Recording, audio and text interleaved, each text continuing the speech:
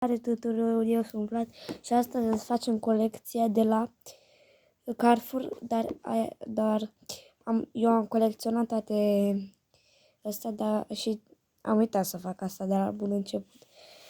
Hai să deschidem și să începem cu simbolurile.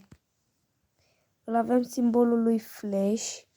De unde e, uitați, simbolul lui Flash.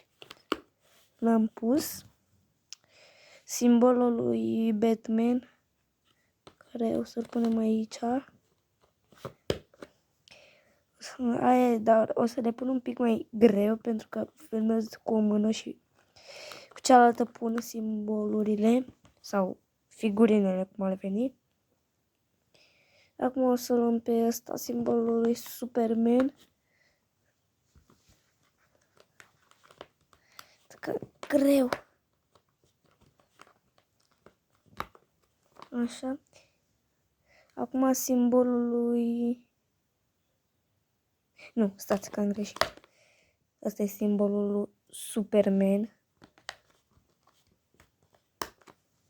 Și ăsta e simbolul lui Supergirl. Am greșit eu. Și acum avem simbolul lui Harley Quinn, care e aici. Să le băgăm mai bine. Acum simbolul lui Aquaman. Ok, acum avem simbolul lui Joker. Și am terminat cu simbolurile. Haideți să le luăm, oamenii sau omuleții. Așa, avem Supergirl.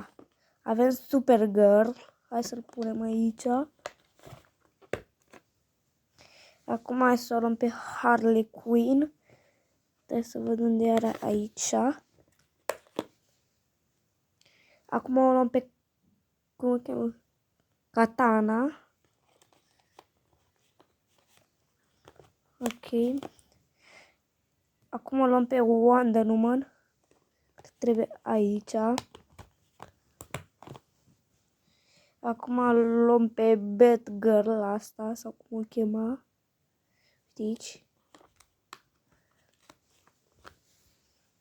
Acum luăm pe Green Lantern, că trebuie aici. Pe Catwoman, mai bine zis. Acum o luăm pe Mera, care trebuie aici în Green Lantern. Așa. Acum îl luăm pe Aquaman, care trebuie aici. Sau am greșit? Nu am greșit.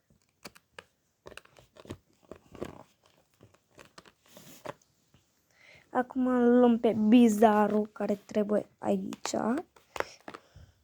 Acum pe Cyber. Așa că intră. Ok, acum îl luăm pe Batman, care trebuie aici. Nu intră.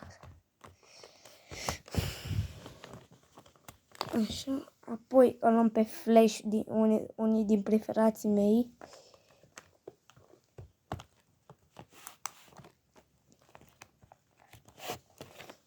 Acum o luăm pe Poison Ivy, pe Superman.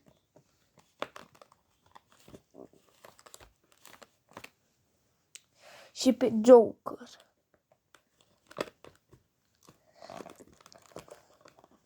Și cam aceasta a fost toată colecția noastră. Vă place? Sper să vă abonați și să dați subscribe. V-am pupat. Pa, pa!